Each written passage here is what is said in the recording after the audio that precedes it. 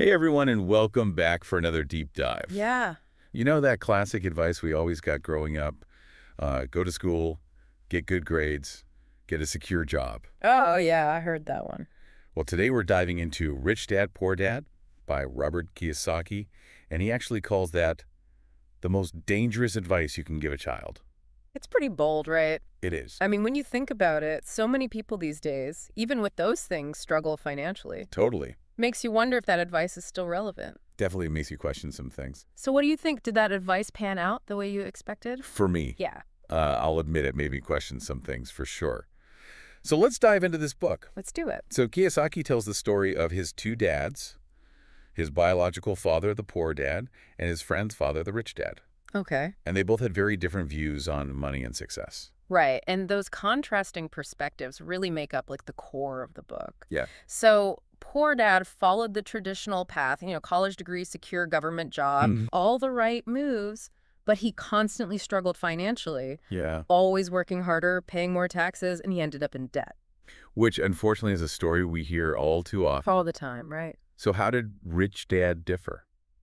Well, he was actually the opposite. Okay. He never even finished 8th grade, Oh, wow. but he built this huge business empire. Really? And his secret was financial literacy. He understood how money works. Okay. And more importantly, how to make it work for him. So it sounds like it wasn't just about earning money.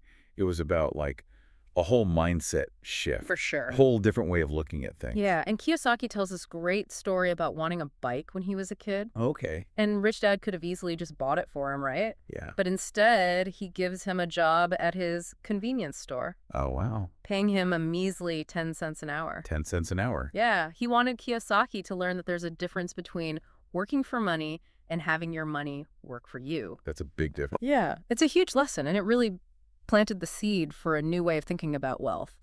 Did Rich Dad have any, like, catchphrases or nuggets of wisdom that Kiyosaki took away? Oh, yeah, for sure. One of the most powerful was, the poor and the middle class work for money. The rich have money work for them.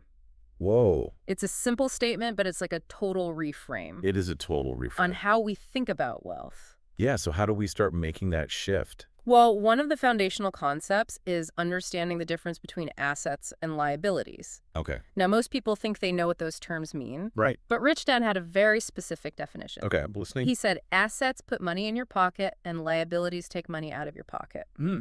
So it's not about what you own, it's about how that ownership affects your cash flow. So, like, a house could actually be a liability Yes, if it's draining your bank account every month. with the mortgage and all the bills and stuff. Exactly. Wow, that's interesting. It makes you look at everything you own differently. It really does. You start to see things in a new light. Did Kiyosaki ever have, like, an aha moment with this whole asset versus liability thing? He actually tells a story about being denied a loan, Okay. even though he had substantial income coming in from his real estate investment. What? Yeah, because Yeah. the banks didn't recognize those as traditional assets. So he was wealthy, but not in, like, the traditional sense. Exactly. Wow, that is wild. Okay, so we're starting to see the world through Rich Dad's eyes, We are. understanding the true nature of assets and liabilities. Yeah. But this is a lot to take in. How do we put this into practice? Well, that brings us to another secret. Okay. Mind your own business. Wait, does that mean everyone should quit their jobs and become entrepreneurs? Not necessarily. It's about building assets that generate income, Okay. even while you're working a regular job. He uses the example of Ray Kroc. The McDonald's guy. Yes. Yeah. But his real business was actually the land under each franchise Oh, wow. that generated passive income and became McDonald's most valuable asset. So mind your own business Yeah. is like about building that system that generates wealth, Right. whether it's real estate or investments or something else. Exactly. So we're seeing the pattern here. Understand assets, liabilities, build a system. But let's be real. The economy feels so unpredictable. It does. There's so much information overload. How do we navigate all of that? That's where financial intelligence comes in. Okay. And it's not just about being good with numbers. Right, It's right. about having the mindset and knowledge to navigate this changing world. Because it's like every time you turn on the news, it's something else, Yeah. It's inflation, rising interest rates, recession. Yeah. So much negativity. Yeah, so much negativity. But that's why financial intelligence is even more crucial now. Okay. He actually tells a story about his friend Richard, Ah. who had a fantastic opportunity to invest in real estate but backed out because of fear. Because of fear. Yeah, and that fear cost him a lot of potential wealth. So how do we overcome that fear? How do we develop the financial intelligence we need? Well, Kiyosaki outlines 10 steps to awaken your financial genius. 10 steps. And we're going to dive into some of those right after this. Awesome. Can't wait. Yeah. Okay, so let's unpack some of those 10 steps Okay. for developing financial intelligence. I'm ready. All right, so step 1 is all about overcoming fear. Remember that quote, if you hate risk and worry, start early. The longer you wait to learn about money and investing, Yeah. the more daunting it can seem. Yeah, it's like anything new. Exactly. The more you do it, the more confident you become. Yeah, and when you I start early, you have time to learn from mistakes, you know? Right. Make those mistakes when you're younger. Yeah, exactly. But fear isn't the only obstacle. Okay. What about all that negativity we hear? Oh, yeah. Doom and gloom. Yeah. How do we stay focused when everyone's saying everything's going to crash? Right. It's like every time I turn on the news, it's something else. Mm. It's inflation, interest rates, recession. So much negativity. So much. Yeah, and that's why step 2 is so important. Okay. Conquering cynicism. Conquering cynicism. He tells this story about a friend who's constantly worried about rising oil prices. Okay. But instead of seeing it as a problem, Yeah. he sees it as an opportunity to invest in oil companies. Hmm. You know, it's about flipping that script and looking for the opportunity instead of getting stuck in the negative. I love that. Yeah. Flipping the script. So true. It's so easy to get caught up in all that negativity. Totally. That's why that continuous learning is so important. Okay. That's step 3. Step 3. Because things are constantly changing, right? They are. We can't rely on what we learned in school No, or from our parents. We have to be constantly learning and adapting, it's true. you know? It's like they say, the only constant is change. Yes. If we're not growing, we're going to be left behind. We are. Did Kiyosaki share any examples of how he embraces continuous learning in his own life? He talks about always seeking out new mentors and teachers, Yeah. even attending classes that were like out of his league. He wasn't afraid to just jump in and learn. I love that. Yeah. That's great. Okay, let's talk about step 4.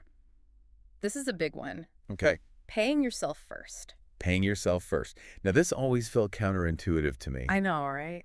Isn't it more responsible to pay, like, all your bills and expenses first? That's what we're taught. Yeah. And then whatever's left over, Yeah. you save or invest. Right. But Kiyosaki says that's backwards. Interesting. It's about shifting your mindset Okay. and prioritizing your financial well-being. It's like making that commitment to build wealth. Even if it's just a little bit. Exactly. Even if it's a small amount. Yeah. Because it forces you to think creatively and find ways to increase your income or reduce your expenses. That's a good point. You know? Yeah, because I remember when I first heard this concept, I was like, Yeah. how can I possibly pay myself first Yeah. when I'm barely making ends meet? Right. But it's about the principle. It is. It's about building that habit. It's the habit. Yeah. And it'll pay off in the long run. So it's like a self-fulfilling prophecy. It is. By making that commitment, Yes. you're more likely to find a way to make it happen. You will. Kiyosaki brings this to life with a story about his friend's son who wants a car. Oh, yeah. I love this story. Okay, so what happened? So instead of just buying his son a car, the father sees it as an opportunity to teach him about money. Okay. So he gives his son $3,000, Okay. the same amount he would have spent on the car, Right. and he challenges him to double it through stock trading Wow. with the goal of buying the car with the profits Interesting. and investing the initial capital for college. What a cool idea. It's a great lesson, right? That's awesome. So it was a roller coaster. Okay. He had some early wins, and then he lost it all. Oh, no. But it was a really important lesson Yeah. for him to learn firsthand about the risks and rewards of investing. Real world experience. Real world. Better than a textbook. Way better. So did he ever get his car? Okay, good. But not before learning some valuable lessons. Good for him. Yeah, That's amazing. It's such a powerful example of financial education it is. and how it can empower people it can. to build their own wealth. Instead of just giving him a handout, Exactly. He gave him the tools. the tools and the knowledge. Yeah. Wow. And that's what this is all about. Empowering ourselves. Empowering ourselves. It's not about getting rich quick. It's not. It's about building that foundation, Yes. making those smart choices. That pay off in the long run. We've covered so much. They have. Overcoming fear, conquering cynicism, continuous learning, paying ourselves first, We have. Turning desire into investment fuel. It's been a journey. What's next? I know, right? I'm excited to keep going. Me too. Let's do it. Yeah. We've been talking about a lot of really powerful ideas from Rich Dad, Poor Dad. Yeah. Like shifting our mindset, building financial intelligence, and using desire as motivation to learn about money. Right. But there's one thing I'm really curious to dig into. Okay. This idea of the power of giving, it seems a little counterintuitive. Yeah. If we're trying to build wealth, Right. why would we give it away? Yeah, it's interesting how Kiyosaki sees giving as a key part of financial success. He talks about the idea of teach and you shall receive. Oh, yeah. And it's not about expecting something back for every act of giving. Right. It's more about cultivating that mindset of abundance. So like creating a cycle of generosity that can lead to greater abundance, not just financially. Exactly. It can be abundance in other areas too. Like what? Knowledge, relationships, opportunities. Okay. Yeah. When we share what we have, whether it's time, expertise, or resources, it creates this flow where we can receive even more in return. It's funny how that works, right? The more you give, the more you get. It really is. But it's not about keeping score. No, it's not. It's about that genuine generosity. Yeah. We've talked a lot about the importance of finding mentors in our financial journey. People who can guide us and share their wisdom. Sure. But what about becoming mentors ourselves? Yeah, that's a great point. What are the benefits of teaching what we've learned? Well, Kiyosaki says one of the best ways to solidify your understanding of something Okay. is to actually teach it to someone else. Interesting. Because when you explain a concept in a way that makes sense to another person, Yeah. it forces you to think more deeply about it yourself. Hmm. And you might have new insights or perspectives come up. It's like teaching yourself in the process of teaching someone else. Exactly. And who knows, you might even inspire someone to take control of their finances too and create the life they want. It's about paying it forward and contributing to a world where financial literacy is more common. I love that.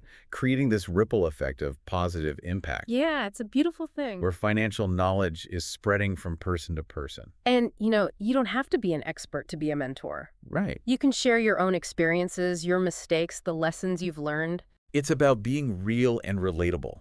Exactly. Showing that it's possible It is. to overcome those challenges. You got it. And that brings us back to one of the core messages of Rich Dad, Poor Dad. Yeah. Anyone can achieve financial freedom. Anyone. That doesn't matter where you came from, Doesn't matter your background. what your current situation looks like. It's about taking ownership of your future and taking action. Exactly. Not waiting for someone to give you the answers. Creating your own path. Yeah, Learning from your experiences. you got it. It's been an awesome journey exploring these ideas It has. and challenging our beliefs about money. Rich Dad, Poor Dad is more than just a book about money. It's a book about empowerment and taking control of our lives. Absolutely. So as we wrap up this deep dive, Okay. I want to leave you with one question to think about. All right, I'm ready. What's one small step you can take today to start building the financial future you want? Love that. It doesn't have to be anything big. It could be as simple as reading a book, Yeah. listening to a podcast, tracking your expenses. All great steps. The journey starts with a single step.